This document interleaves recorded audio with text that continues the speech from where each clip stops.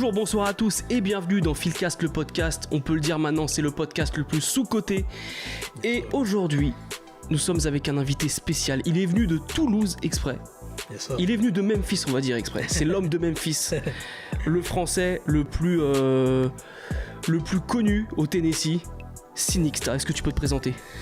Bien, merci pour l'invitation, déjà. Philcast. Bien, donc je me présente un petit peu. Sinixta Sounds, on voit ici. UGS Radio. Voilà, vous pouvez voir aussi. Voilà, Sinixta Sounds, c'est sur UGS Radio. Donc UGS Radio, c'est une radio de Chicago qui a été créée en 2004. On a fait les premiers podcasts, en quelque sorte, mondiaux. Et donc, ça s'appelle Underground Society. Scott Bejda vient de Murder Dog Magazine. Donc, il a distribué Murder Dog. Donc, c'est aussi un des magazines qui a mis beaucoup en avant Détroit. Qui a beaucoup en avant Esham, Natas et toute la scène underground de Détroit avec David Friedman qui les mettait en avant. Donc, je travaille aussi pour Radio Booster. Donc là, c'est une émission un samedi sur deux, 22h minuit. Et donc UGS, où on fait beaucoup d'interviews depuis assez longtemps. Donc c'est Murder Master Music Show. Voilà. Et également Pen & Pixel. Voilà, Pen & Pixel Graphics, où je fais la promo en fait pour Sean Brock en France et en Europe. On a fait la première galerie Pen & Pixel à Paris. On a fait venir Sean Brock, le patron, en deal avec Reebok.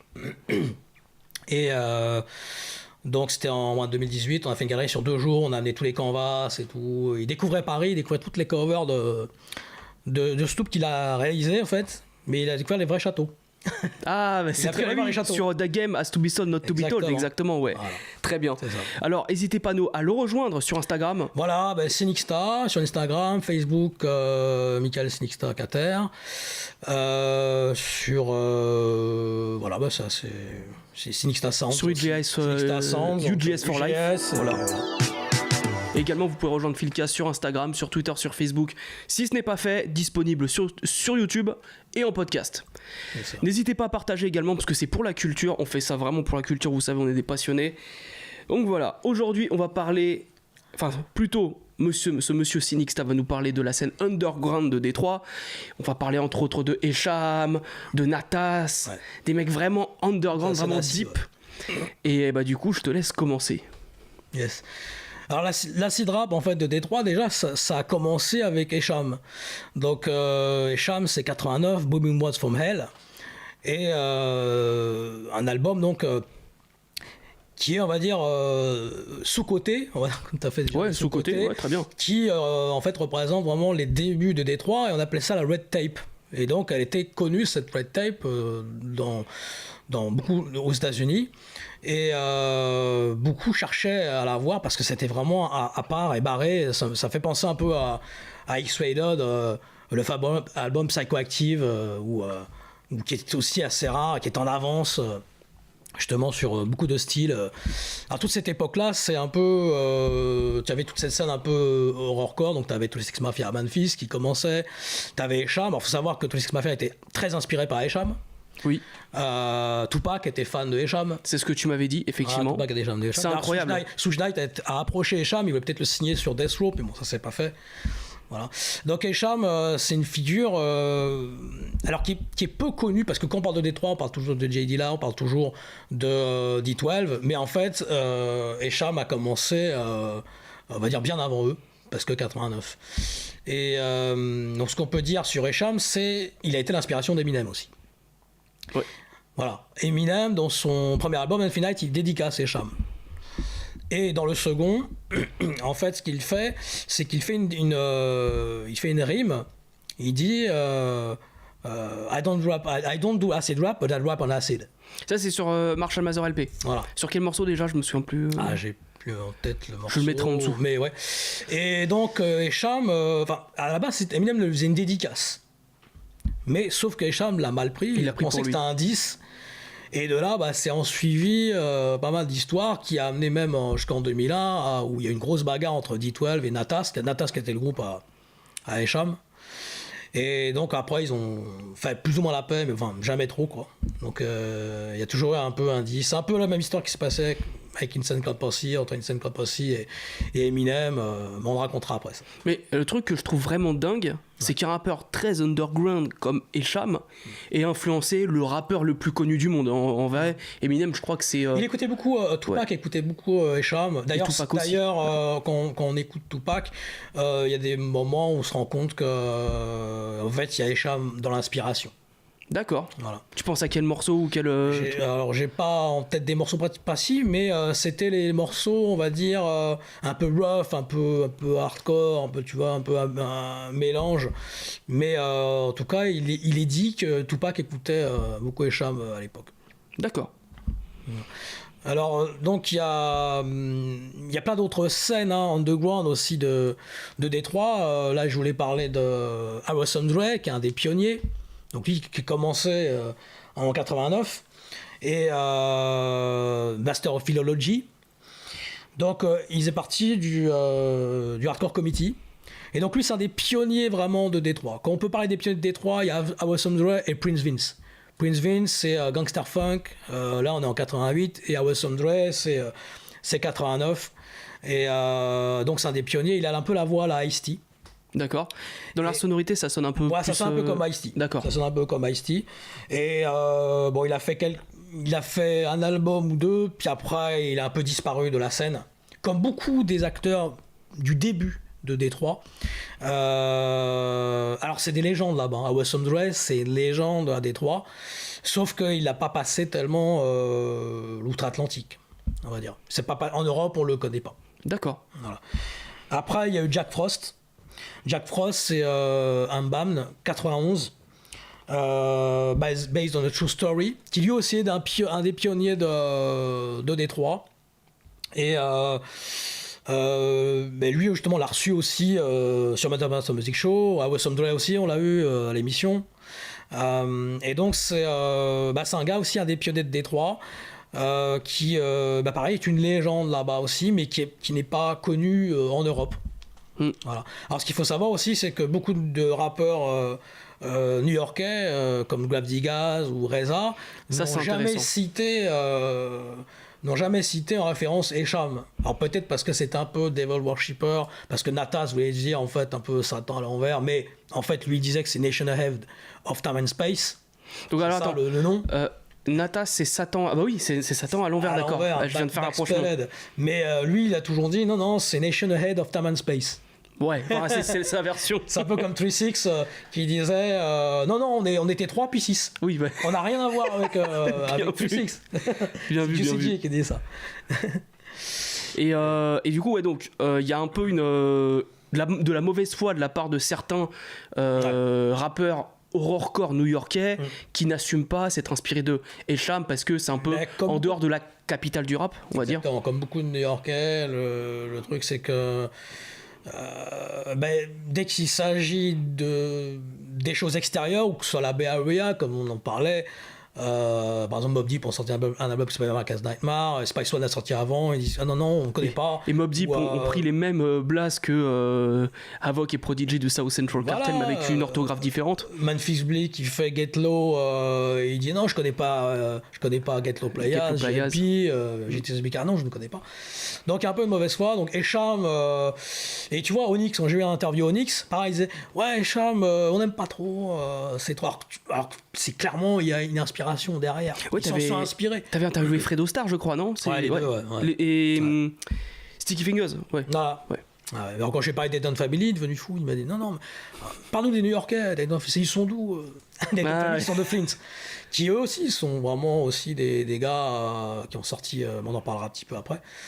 C'est des légendes aussi de Flint, enfin du Michigan. Voilà, pour resituer, Flint, c'est dans le Michigan. C'est à côté de Détroit. Voilà, exactement. MC Breed vient de Flint. Tout à fait. MC Breed qui est un rappeur qui fait du rap un peu à la sauce West Coast, je crois que c'est début 90, qui est pas son âme, ouais. Ouais. Et donc voilà, beaucoup de rappeurs new-yorkais n'ont jamais donné l'aval. D'ailleurs, il y a un morceau, même à Détroit même, par exemple, Esham et Natas ne sont pas reconnus véritablement par des gars qui se tiennent de pavé, on va dire. Alors certains vont les mettre en avant comme Guilty Simpson, ou vont dire quand même, j'ai eu une interview aussi, qui dit quand même, oui, Esham c'est quand même notre pionnier, mais avec d'autres, dont on va parler, comme Sunderland, tout ça. Guilty Simpson qui est clairement de Détroit, c'est vraiment le rappeur kicker de Détroit. J'avais eu Randomax à l'époque, interview, c'était Action Price, Black Milk, qui avait produit l'album Randomax. Ouais. Donc aussi, il y a un autre rappeur de Détroit qui s'appelle AWOL. Lui est une légende AWOL, qui est une légende. Alors, il faut savoir que Murder Dog Magazine a mis en avant tous ces rappeurs de Détroit, bien avant les autres. C'est important de le dire, parce que Murder Dog, ils ont mis en avant des mecs comme E40, etc.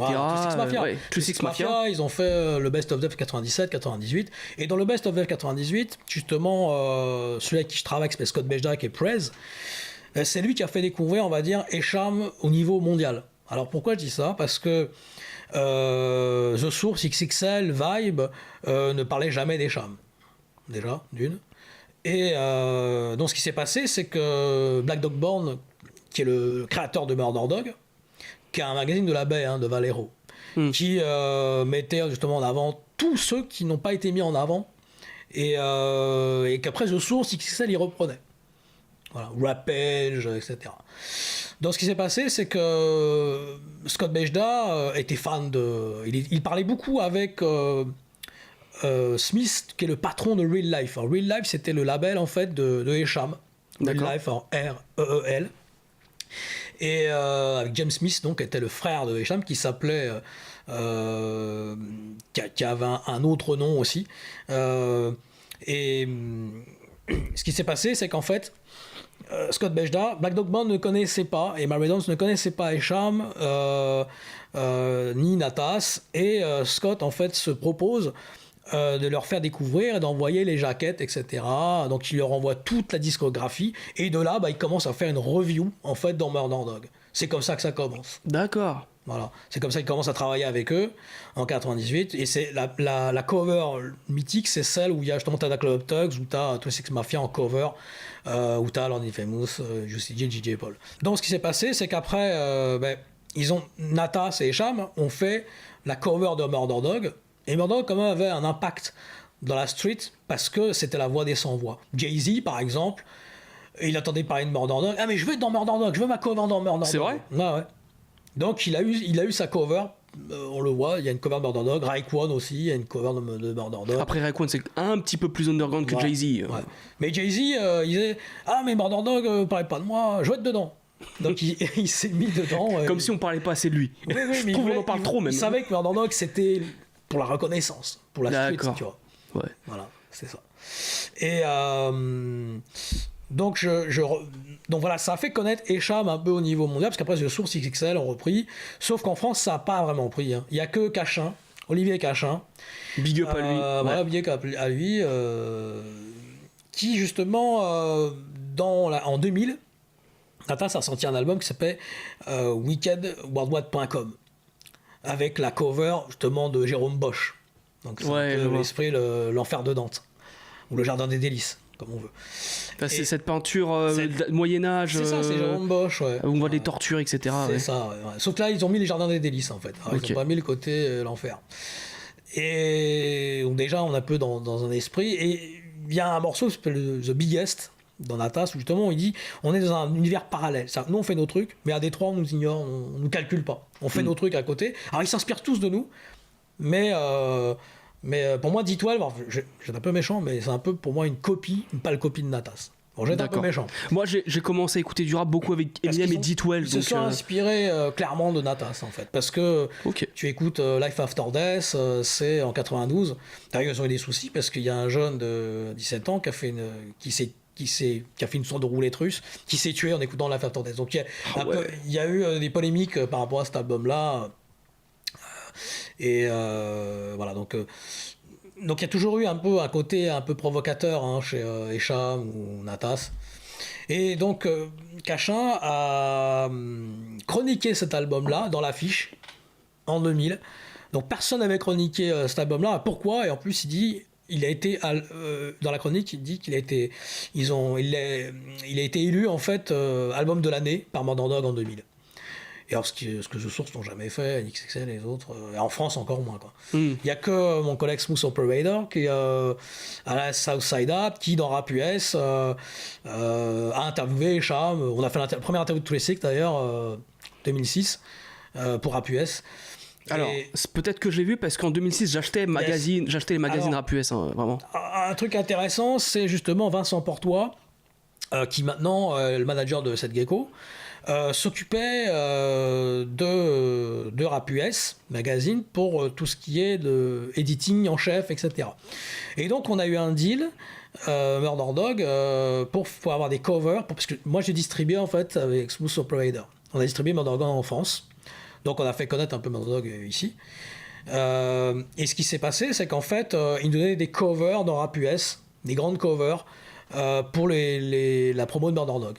Voilà. Bon, ça n'a pas duré très long, c'était en 2006-2007. Mais petite parenthèse, Rap US, mais en tout cas, c'est ce qui a fait ma culture hip-hop. C'est là-dedans que j'ai découvert des mecs comme Trace the Truth, Young Jeezy, Immortal Lowlife, dont on va parler un peu plus tard. Voilà, Mr. Ski. Voilà, donc big up à eux. Il était venu à Paris à l'époque, en 2005 d'ailleurs. Ah ouais? Oui, il était venu. À l'époque, même époque que DJ Punch aussi était venu. D'accord. Par contre, Echam et tous ces gars-là n'ont pas passé outre-Atlantique. Après, ils auraient plus un public en Allemagne, comme Twistix, ils auraient un public en Allemagne ou peut-être à l'Est. Mais en France, c'est un peu moins...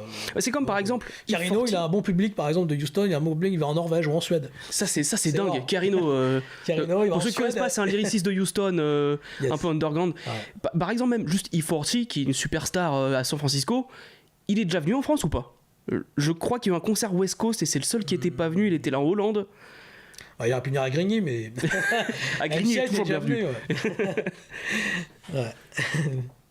Mais je l'ai plus en tête s'il est venu. Je crois pas. Hein. À voir. Si quelqu'un le sait, mettez-le en commentaire. Driver, faut lui demander. Driver, il devait être sûrement là, ouais. Et là, il a un morceau avec les bientôt, peut-être. Oui, j'ai lu son livre. Ils doivent se connecter. De toute façon, on sera au courant. J'étais là. Big up Driver. Big up. On a fait la première... L'émission avec tous les Six Mafia, justement. Ah ouais, justement, allez la voir, elle est dispo sur YouTube normalement. Donc après, on revient sur, là, j'en étais à AWOL. AWOL, donc, est un groupe avec DJ Homicide. Et lui, malheureusement, il s'est fait tuer en 96 par les flics. Mais il était très respecté à Détroit. Et donc AWOL a fait un morceau qui s'appelle You Don't Want None of This en 90, où en fait il y a un producteur qui va les voir, qui pense qu'ils sont même de Cleveland. Ah, vous êtes de Cleveland? Non, on est à Détroit, on est de Détroit. Detroit for Life. D'ailleurs, AWOL ont fait un album qui s'appelle Detroit for Life 94. Et You Don't Want None of This, en fait, il kidnappe le DA et ils lui font sa fête pour dire non, nous c'est Détroit. C'est comme ça que ça se passe. Against the world. Hein. C'est comme la mentalité de Détroit. C'est un peu, c'est le côté rough, quoi. Hein. Alors moi, quand j'avais été à l'époque, c'est vrai que c'est très ghetto, c'est très dark. Il y a un côté ça a l'air, quoi. Le seul film que j'ai vu qui se passe à Détroit, je pense que c'est 8 Mile de Eminem. Oui, qui est assez bien représenté. Hein. Ah mais on voit clairement une ville hyper industrielle, très ouvrière, avec des... Eminem vit dans un... Tu peux faire l'urbex, ça va. C'est fou, les hôtels. Et en plus, ça a encore changé, parce que General... Voilà, General Motors a déposé le bilan, donc il y a plein d'entreprises qui ont croulé, donc tu peux faire l'urbex. Natas a fait un morceau qui s'appelait We Almost Lost Detroit, qui était la reprise de Gil Scott-Heron, qui montre un peu la décrépitude de Détroit. Et c'est pour ça qu'il y a un son quand même très, on va dire, très sick, très... Voilà, quoi. Donc voilà, je voulais parler de AWOL. Après, il y a d'autres rappeurs, hein, comme Rap Mafia. Alors pareil, qui n'ont pas eu tellement de crédit, mais qui sont les pionniers, pareil, donc c'est 89, 90, et cette époque-là, t'as un morceau, c'est Underworld. C'est Underworld qui décrit un peu toute la montée du crack qu'il y avait à l'époque, un peu comme Donald D. Le morceau, justement, où qui s'appelle FBI, Donald D de Rhyme Syndicate, qui met en avant le crack, etc., et que là, je vais voir bientôt, justement, à l'émission. Et donc, c'était des morceaux un peu... à l'époque, c'était un peu l'air de l'anti-crack, quoi. Un peu comme Easy Faison, justement, de Mob Style, à Harlem, qui qu'on a eu aussi à l'émission, qui lui s'est fait tirer dessus et après il a complètement changé et il a fait un album justement The Pipe, où c'était le pré new-yorkais, le pré New York. Et alors, je soupçonne des fois peut-être qu'il ait écouté les charmes un peu, parce que les sons font un peu industriels, enfin un peu... Ah bah tu vois encore. Un peu barré quoi. Après donc t'as d'autres groupes, comme ça c'est un groupe vraiment qui était très inspiré par la West Coast, c'est Detroit Most Wanted. Ah bah clairement avec le nom. Voilà, ça c'est une référence au groupe de MC8. Voilà. Donc ils ont fait City of Boom en 92 et ils s'appelaient aussi Def à l'époque. Là ils ont commencé en 88 et ils ont fait plusieurs clips donc qui représenteraient vraiment le Détroit underground, le vrai Détroit. Guilty Simpson, tu vois, il cite toujours Detroit Most Wanted, il cite toujours ces gars-là. Et ces gars-là ont inspiré Issa Shedabos et Sweet Lords par la suite. Alors peut-être pas dans le son, mais ils ont inspiré pour le côté gangsta shit. Voilà, c'était le côté gangsta shit en fait. Et parallèlement, dans un autre univers, t'avais Merciless Amir. Merciless Amir, 89, qui était très afrocentriste. Ah. Je pensais la Mercedes qui était chez nos limites, qui en plus vient de Détroit, je crois. Ouais. Merciless qui même Eminem, les sites. Ah ouais. Merciless Amir, ouais. Eminem, il cite Detroit Most Wanted, il cite Chaos and Mistro, il cite tous ces gars-là, hein. Il cite comme influence tous ces gars dont on a parlé. Je savais qu'il citait Mr. Philology. Ah ouais, moi je savais qu'il citait plutôt Master Ace, AZ, Rakim. Par contre, tous ces mecs-là, d'accord. Quand il cite les anciens de Détroit, il va te dire Chaos and Mistro, Detroit Most Wanted, House of Dre, c'est sa référence. D'accord. C'est sa référence vraiment. Tout ce dont on a parlé, Prince Vince et tout ça. Après, Esham, par exemple, quand il en parle, il dit oui, Prince Vince, Detroit Most Wanted, tous ces gars-là, oui, ils ont fait un album ou deux, et après ils sont partis. Moi, j'étais toujours là. Et il disait d'ailleurs, Esham, que c'est un des premiers à avoir porté une casquette D. C'est le premier à porter une casquette Detroit. Ouais. Voilà. Qui représentait vraiment Détroit. Attendez 2 secondes, je reviens. Ouais, donc Eminem cite justement un morceau justement de Merciless Amir, c'est A Day Without a Rhyme. Et pour lui, c'est une de ses références en termes de lyricisme, etc. Au même titre que Chaos and Mistro. Alors, t'avais d'un côté Rap Mafia, t'avais des autres Most Wanted, mais t'avais des rappeurs plus conscients, justement, comme Chaos and Mistro, et Mercedes, donc. Et Chaos and Mistro, justement, tu as ce côté très afro-centriste avec le Black Man, avec la... Tu vois. Tout à l'heure, tu disais que la première personne à avoir porté une casquette Detroit, c'était... C'est Esham. C'est Esham. Ouais. Donc voilà, c'est pour ça que j'ai changé de casquette. Bien sûr. Et pour moi, la première personne que j'ai vue avec une casquette Detroit, c'est dans le film Boys in the Hood et c'est Ice Cube. Je me suis toujours posé pourquoi un mec de Los Angeles portait cette casquette de Detroit. Je sais pas si quelqu'un a la réponse, mais voilà. Bah, peut-être qu'il avait été là-bas, il a aimé la vibe aussi. Oui, des fois, c'est juste ça. Ouais. Alors, il y a un autre rappeur qui s'appelle Dice, qui aussi a sorti The 40 Made Me Do It, en 92. Et il a sorti Black Monday aussi en 2000. Alors pareil, c'est un rappeur un peu classé dans l'acide qui est passé un peu chez Esham, qui était un peu sur le label d'Esham. Après, il y a eu un 10 entre eux, puis ils se sont mis bien. Et Scott Bejda, donc travaille pour Murder Dog, a chroniqué beaucoup d'albums, hein, et notamment le Black Monday de Dice, pardon. Et voilà, donc Dice, c'est un cas qu'on a eu plusieurs fois à l'émission, qui est quand même un rappeur classé dans l'acide, hein, mais qui est quand même important. Après, on va citer Twisted. Alors, Twisted, ils viennent de House of Crazies. Ils sont plusieurs. HOH. Alors, t'avais The Rock, Hectic et Mr. Bones. Au départ, donc, ils font un album qui c'est Home Sweet Home en 93. Et après Season of the Pumpkin en 94. Et House of Crazies, en fait, c'est un peu du Natas ou du Esham. C'est de l'acid rap, en fait. Et à l'époque, ils ne s'éteignent pas en blanc, quoi. Dans Natas, enfin Esham justement a fait Homemade on Play où il se teint en blanc, et là on est en 88-89. Donc là c'est avant qu'il y ait les Insane Clown Posse. C'était voilà, Insane Clown Posse se sont inspirés de Esham, parce qu'il l'a fait Homemade on Play, il l'a fait en 89, 90, et Insane Clown Posse se sont inspirés.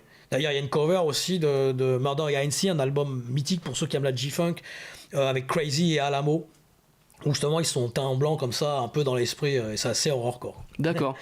C'est New Orleans par contre. Donc, Ah mais Murder Inc. mais je vois très bien. C'est pas le groupe de Yarul. Hein, non, le Murder Inc. Crazy, qui était avec Master P. Exactement, ils sont sur la pelouse et puis ils sont teints. C'est pas un Pixel Graphics. Ouais. Très bien. Big up à eux. Voilà. Donc j'en étais à Twisted. Voilà. Donc le groupe se sépare, House of Crazies, et Hectic et Bones en fait créent Twisted. Alors le premier album c'est Mostashless, 98, et signé donc sur Psychopathic Records, qui est le label de Insane Clown Posse. D'accord. Voilà. Donc Twisted a fait pas mal d'albums, hein, et là ils se teignent en blanc aussi à partir de ce moment-là. Ils font un peu comme Insane Clown, ils sont signés un peu chez eux, puis ils font leur propre label, ils partent. Voilà. Donc Twisted sont toujours d'actualité, hein, ils font toujours des choses, mais c'est une des scènes en fait, c'est la scène acide. Après il y a Insane Clown Posse, bien sûr, qui sont des catcheurs au départ. Ce sont deux catcheurs. J'en parlais un petit peu sur l'épisode sur Détroit, mais je pense que tu connais beaucoup mieux le groupe que moi, donc je te laisse vraiment parler. C'est une Clown Posse en fait qui s'appelait Inner City Posse. Donc c'était deux catcheurs qui se mettent dans le rap, mais on va dire qu'ils ont toujours fait un mélange entre rock et rap. Alors un peu justement comme ils se sont inspirés un peu de Kid Rock, qui lui est le pionnier, on va dire. Il a fait un album en 90 qui s'appelle Son of Detroit, et après il a fait un album en 98 qui s'appelait Devil Without a Pause. Donc Kid Rock, c'est vraiment l'artiste mainstream américain, enfin connu aux US, qui est connu aux USA, qui n'est pas passé trop, qui a fait énormes ventes aux États-Unis. Ouais. Mais c'est un peu comme le Feigo, hein, c'est pas passé en Europe. Ou The Gassing of Giugiaro, c'est pas encore arrivé ici. Ouais.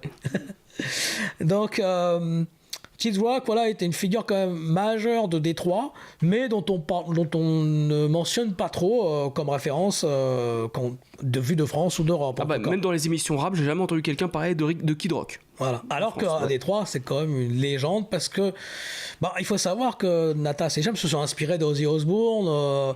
Voilà, il y a quand même ce côté acide. Ça va m'amener à une question. Et c'est pour ça que DJ Paul et Juicy sont de Hicham, et on fait aussi ce côté un peu lofi, quoi. C'est acide. Voilà, ça va m'amener à une question, c'est est-ce que justement à Détroit il y a une grosse scène techno, acide techno, etc. J'allais en revenir. Voilà. Il faut savoir que la techno est née à Détroit. Que ce soit justement c'est des blacks qui l'ont des Afro-Américains, des Afro-Américains qui l'ont fait, que ce soit Wanakin, Cibotron, l'album Clear, par exemple 83, 81, c'est la Ghetto Tech qui a inspiré la Ghetto Tech de DJ Asso après. Donc ça c'est vraiment industriel, quoi. Il y a ce côté très industriel à Détroit. Et c'est vrai que c'est un peu comme de la bounce, c'est un peu comme la Nola Bounce ou la New Orleans Bounce, sauf qu'à Détroit ils ont la Ghetto Tech. D'accord. Et donc ça a inspiré, je pense, justement ce côté un peu mélangé. Voilà, donc qui ont fait une sorte de mélange rock-rap que Ice-T avait fait dans Body Count, hein, ça se trouve il a dû écouter peut-être justement un peu des gars peut-être de Détroit aussi, parce que c'est venu après, Ice-T il est venu après. Parce que après Ozzy Osbourne par exemple, on va le voir collaborer avec Busta Rhymes en 98, qui reprend, je crois que c'est Iron Man de Black Sabbath. D'accord. Si je me trompe pas, il reprend un morceau rock ultra connu où il collabore avec Ozzy Osbourne. Je me demande, est-ce que c'est pas... Six Mafia a samplé Black Sabbath sur Prophet Posse, avec M-Child ou E.T. Rock. Voilà. Donc Black Sabbath a beaucoup influencé le rap en fait, l'air de rien. Les groupes qui sont un peu à la marge, hein, tu vois, c'est des groupes qui étaient un peu dans la scène alternative. Il faut savoir qu'il y a 3 scènes qui sont un peu majeures dans le côté horrorcore. C'est Gangsta Nip à Houston, qui vit la même période que Esham, qui lui faisait du psycho rap. T'as Brazilian Chung et X-Rated qui eux faisaient du Rip Gut. Je crois que c'est Sacramento, Brazilian Chung. C'est Sacramento, bien sûr. Où t'écoutes The Sickness de Psychoactive, de X-Rated, ça sonne presque comme du Détroit. C'est très particulier, quoi. D'ailleurs, Twisted, ils ont samplé le même morceau que The Sickness. Voilà, de X-Rated. Donc c'était une inspiration aussi. X-Rated est une grosse inspiration aussi pour des rappeurs un peu rockcore, puis surtout qu'après il a pris prison à vie, il y a eu toute une histoire, etc. Il est ressorti là, après 25 ans, quoi. Ah ouais. Et il a eu une grosse histoire. C'est l'un des premiers à avoir enregistré justement de la prison. Voilà. Voilà. Donc j'en étais à Insane Clown Posse. Alors, et Ozzy Osbourne, justement, à un moment donné, parce qu'il a son émission, il leur promettait un peu la chute, dire ah, mais vous ferez pas autant, etc. Vous ferez pas autant de ventes. Et alors, ils se sont battus pour avoir plus de ventes que ce que Ozzy Osbourne disait. Vous êtes finis, etc. Bon. Alors, Insane Clown Posse, il y a l'histoire avec Eminem. Ah. Une grosse histoire avec Eminem. Alors pourquoi ? En fait, Bruce, Eminem en fait était pas connu. Alors là, on est en 97. Un peu avant Great Milano. Juste avant son prime. C'est leur meilleur album, hein, parce qu'après, bon, faut aimer, quoi. Hein, c'est spécial. Ouais, alors, c'est le seul album que j'ai écouté de. Moi, j'ai adoré. Voilà. J'ai adoré. The Great Milano, le morceau aussi qui est clippé, quoi. Oui, qui est dingue. C'est le seul album que j'ai écouté de Insane Clown Posse. Je pense que c'est une bonne porte d'entrée. J'ai trouvé ça cool, bonnes influences rock. Ouais. Et c'est l'album le plus, on va dire, c'est l'album le plus, on va dire, qui est le plus rap en fait, parce qu'ils sont allés plus vers le. Alors ce qui est drôle, c'est que les fans d'Insane Clown Posse sont tellement fans des Die Hard fans que ça c'est la petite anecdote. Lorsque les radios jouent du ICP, eh bien ils vont à la radio pour brûler la radio, parce qu'ils veulent que ça reste pour eux. C'est pas vrai. Si. Alors ils allaient à la radio, ils allaient peut-être pas mettre du Faygo pour mettre le feu avec, mais c'était un peu l'esprit. D'ailleurs, ce qui s'est passé pour le Faygo, au départ c'est une boisson qui est quand même connue à Détroit, et Bruce et voilà se sont dit tiens, si on mettait du Faygo sur scène et puis on en balance un peu pour s'amuser. Ça a tellement pris que après c'est devenu une institution pour ceux qui sont fans, hein, on les appelle les ninjas. Donc l'histoire avec Eminem, c'est qu'en 97, justement, Eminem il devait faire un concert et il annonce Esham, et donc il s'annonce lui, c'était Marshall Mathers, je crois. Donc il annonce lui, Esham, et puis il met et peut-être Insane Clown Posse. D'accord. Voilà. Sauf que Bruce, Valonji, il lui montre oui, je peux être sur vous serez sur mon concert. Et lui, en fait, il le prend assez mal. Oui, mais si tu nous l'avais dit avant, au lieu de faire ton affiche comme ça sans nous le dire, il n'y aurait pas eu de problème. Mais non, j'y serais pas à ton concert. Mais il était inconnu, Eminem. Hein. Ouais. Eminem au tout début, comme on disait, Infinite. C'est pour moi le premier album d'Eminem. Ça a fait un flop. Moi, c'est mon préféré. Moi. Oui, toi, c'est ton préféré, tu m'avais dit. Pourquoi ? Parce que il a vraiment. Alors, c'est très East Coast, hein, mais je trouve que justement, il a pas été embrigadé par Dre. Alors pourquoi je dis ça ? Parce que Dre, on a fait un artiste West ou un artiste un peu G-Funky. Alors qu'à la base, il n'est pas là. Ouais. Eminem, il vient de l'école d'Avos Dre, il vient de l'école de Merciless Amir, de Chaos and Mistro, de toute cette époque-là. D'ailleurs, tu vois Eminem, souvent, il met en avant des cassettes, c'est vraiment un crate digger. Il a mis la cassette de Nas, par exemple, d'Inmatif. Donc c'est vraiment un gars qui vient qui est très inspiré par la East Coast, qui à la base n'est pas tellement dans le côté Ouest, tu vois. Donc Infinite, pour moi, c'est quand même un album, pour moi, qui est majeur d'Eminem, puis même sa voix et tout, les sons, ils font très jazzy, il faisait très jazzy, c'était près du Native Tongue hein, qu'il faisait au début. Donc cet album pour moi était injustement peu apprécié, alors que pour moi c'est le vrai Eminem du début. D'accord. Voilà, enfin, personnellement. Alors la légende dit que Eminem en fait il est arrivé au studio avec Dre, il est arrivé tout en jaune, en survêt jaune, et Dre lui dit ah ouais t'es d'un M&M's comme ça. Et c'est venu comme ça, Eminem. J'avais entendu cette légende, ouais. Et ben en plus oui il a fait. Alors, je sais pas si c'est vrai ou pas, mais. Moi la légende que je connaissais c'est par rapport à Marshall. En tout cas, oui, il est arrivé vraiment en survêt tout jaune. Ouais. D'accord. C'est un peu comme Timbaland où un jour il est arrivé au studio avec des Timberland, on lui a dit Timbaland et. Ouais. C'est resté, voilà. Alors, il représentait pas un gang hein, comme Material Sauce, c'était les Latin Kings s'habillent en jaune et noir aussi. Comme dans GTA. Yes. C'est mes références. Donc, j'en reviens à l'histoire du poster. Donc, après, donc de là, en fait, vient Eminem, finalement, après quand il commence à monter, il a quand même la rancœur un peu que Insane Clown Posse il n'est pas mis sur le concert, etc. Et donc, de là vient où il y a les poupées, etc. Et c'est quand même pas parti un peu en vrai, il y a des histoires entre eux, un peu comme D12 et Natas. Voilà. Alors il y a d'autres personnes dont on va parler. Un petit peu à côté de Détroit, on parlait de Flint. Donc il y a Dayton Family, qui est un groupe qui a sorti justement What's on My Mind. Alors les productions sont géniales, c'est Steve Pitts, qui pour moi est un producteur légendaire du Michigan et de Détroit.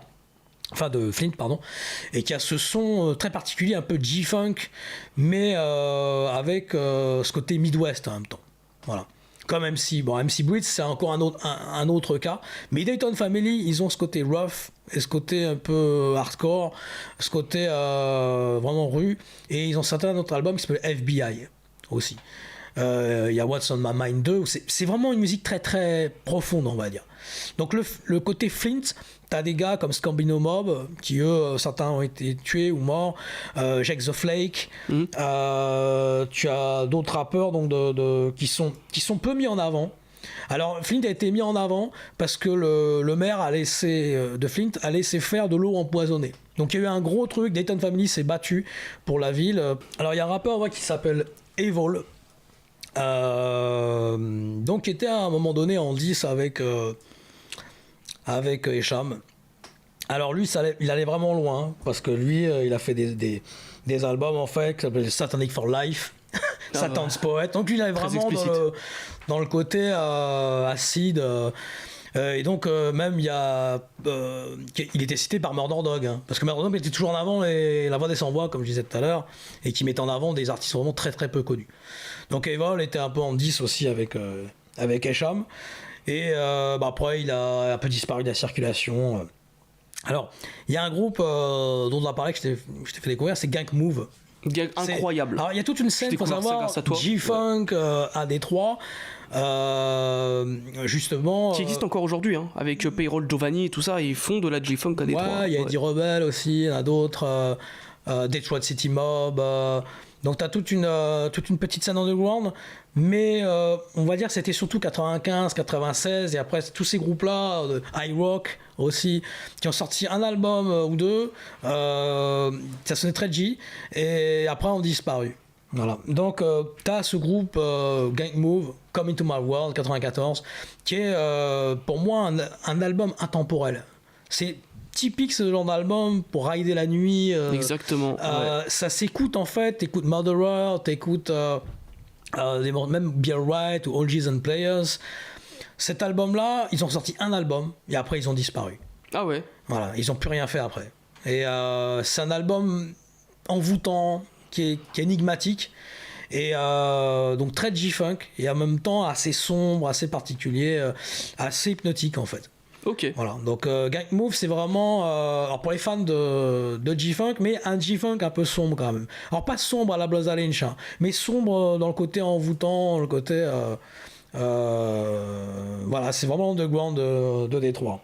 Ok. Voilà. Donc après il y a Mikey Clark. Mikey Clark qui est un producteur dont on parle peu. Ah mais même moi je connais pas. Qui a produit donc c'est un peu un Rick Rubin de Détroit.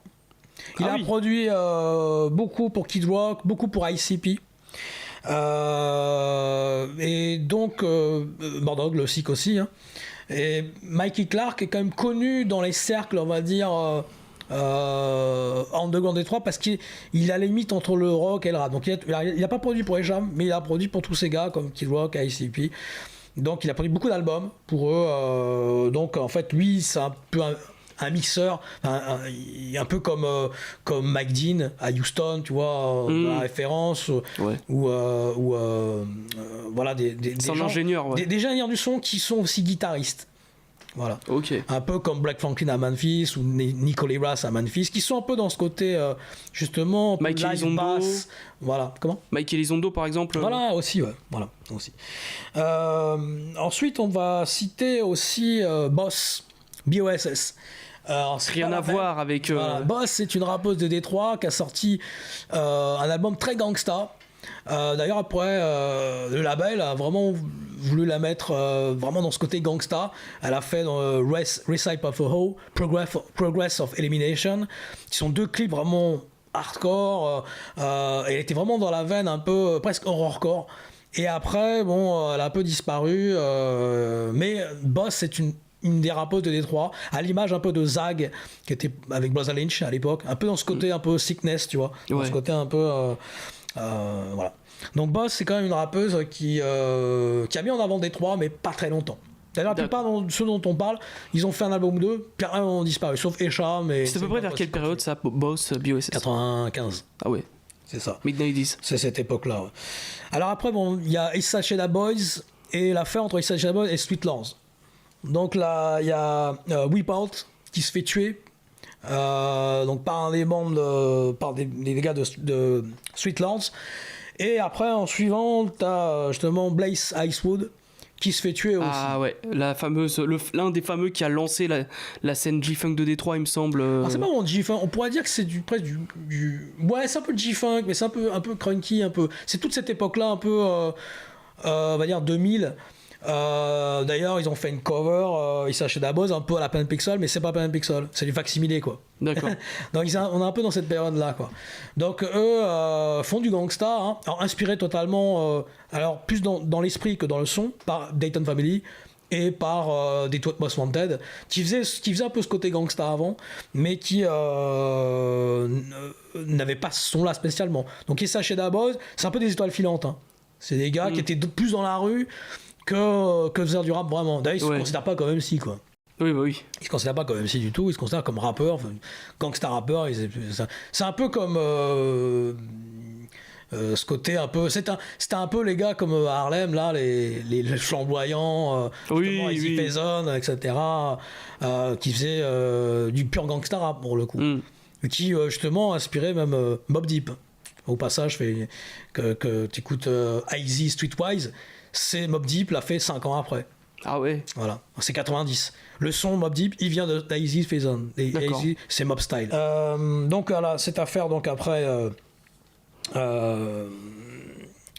Issa Sheda Boys alors c'est pareil, c'est des groupes qui n'ont pas passé outre-Atlantique, qui sont connus localement, qui ici ont été totalement occultés.